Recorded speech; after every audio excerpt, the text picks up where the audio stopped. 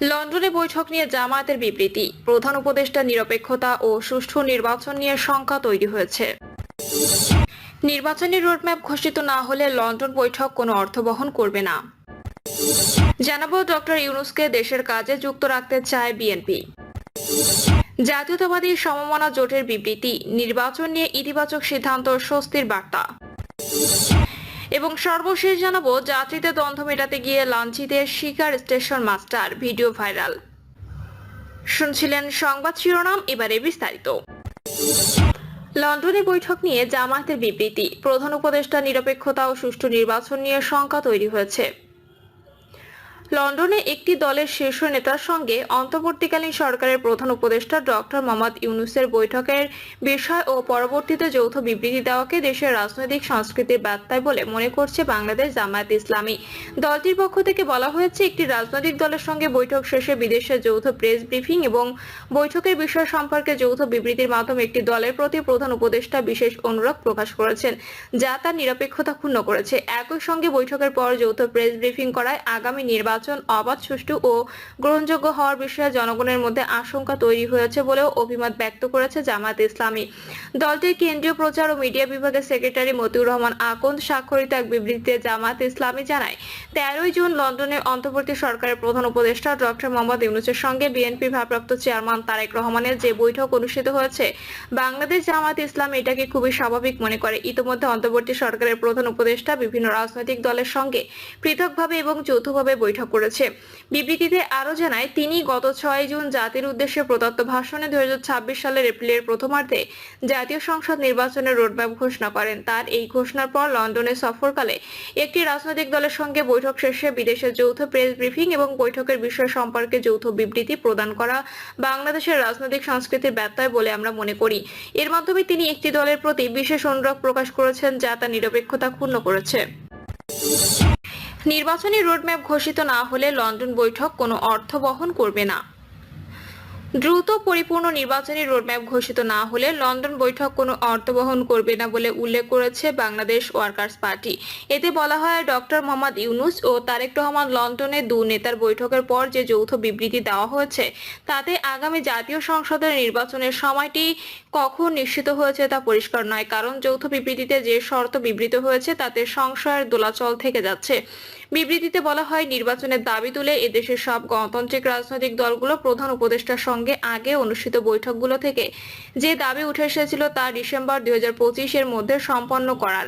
London বৈঠক সে goalpost সরে গেল। বিবৃতিতে বলা হয়, জন আকাঙ্ক্ষা ডিসেম্বরের নির্বাচনের দাবির ভিত্তি ছিল দেশকে দ্রুত গণতন্ত্রের উত্তরণের পথে নিয়ে যাওয়া, দেশের আইন শৃঙ্খলা পরিস্থিতি দ্রুত ফেরানো, রাজনৈতিক সরকারের অধীনে দেশ পরিচালনার ম্যান্ডেট স্থির করতে না পারলে বর্তমান পরিস্থিতির আরও অবনতি হবে। ডক্টর ইউনূসকে দেশের কাজে যুক্ত রাখতে চায় বিএনপি। অন্তর্বর্তীকালীন সরকারের পরও ডক্টর মোহাম্মদ ইউনূসের দেশের জন্য কাজ করার সুযোগ আছে। বিএনপিকে জনগণ যদি ভোট দিয়ে রাষ্ট্র ক্ষমতায় আনে, তাহলে অবশ্যই দেশের জন্য ডক্টর ইউনূসকে কাজে লাগানো হবে। দেশকে কিভাবে এগিয়ে নিয়ে যাওয়া যায় এ ব্যাপারে তার পরামর্শ দেওয়া হবে। এরকম আরও যারা আছেন তাদের মতামত নিয়ে কাজ করতে চান তারেক রহমান।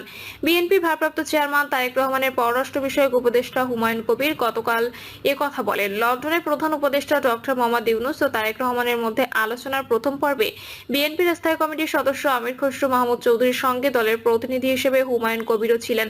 তারেক রহমানের পররাষ্ট্র বিষয়ক উপদেষ্টা আরো বলেন, তারেক রহমান মনে করেন জাতীয় স্বার্থে ডক্টর মোহাম্মদ ইউনূসের প্রয়োজন আছে। যদি জনগণের ভোটে বিএনপি নির্বাচনে জয়লাভ করতে পারে, তাহলে তারেক রহমান সবাইকে নিয়ে কাজ করবেন। তিনি সেটার উপস্থাপন করেছেন। এর আগে গত বুধবার লন্ডনের চ্যাথাম হাউসে অনুষ্ঠিত সংলাপে এক প্রশ্নের জবাবে ডক্টর মোহাম্মদ ইউনূস বলেন, নির্বাচনের পর গঠিত পরবর্তী সরকারের অংশ হওয়ার কোনো আগ্রহ তার নেই। তিনি বলেন, আমাদের কাজ হলো সফল ও শান্তিপূর্ণভাবে ক্ষমতা হস্তান্তর প্রক্রিয়া নিশ্চিত করা, যা নির্বাচন দ্বারা সম্পন্ন হবে। গতকালের বৈঠক সূত্র জানায়, আলোচনায় তারেক রহমান বিএনপির পূর্ব ঘোষণা এবং 31 দফা অনুযায়ী সব দলমতের মানুষকে নিয়ে রাষ্ট্র পরিচালনার বিষয়টি পুনর্ব্যক্ত করেন। সেখানে ডক্টর মোহাম্মদ ইউনূসের মতো বিশ্ববরেণ্য ব্যক্তিকে আগামী রাষ্ট্র বিনির্মাণের পাশে চান তিনি।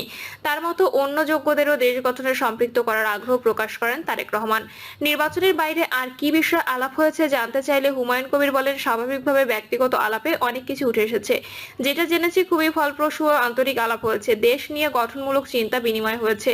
কিভাবে সবাইকে নিয়ে এগিয়ে নেওয়া যায় তা নিয়েও কথা হয়েছে। হুমায়ুন কবির বলেন, জাতীয় স্বার্থে নির্বাচনের ব্যাপারে আমরা একটা জায়গাতে আসতে পেরেছি, এটা খুবই গুরুত্বপূর্ণ বিষয়।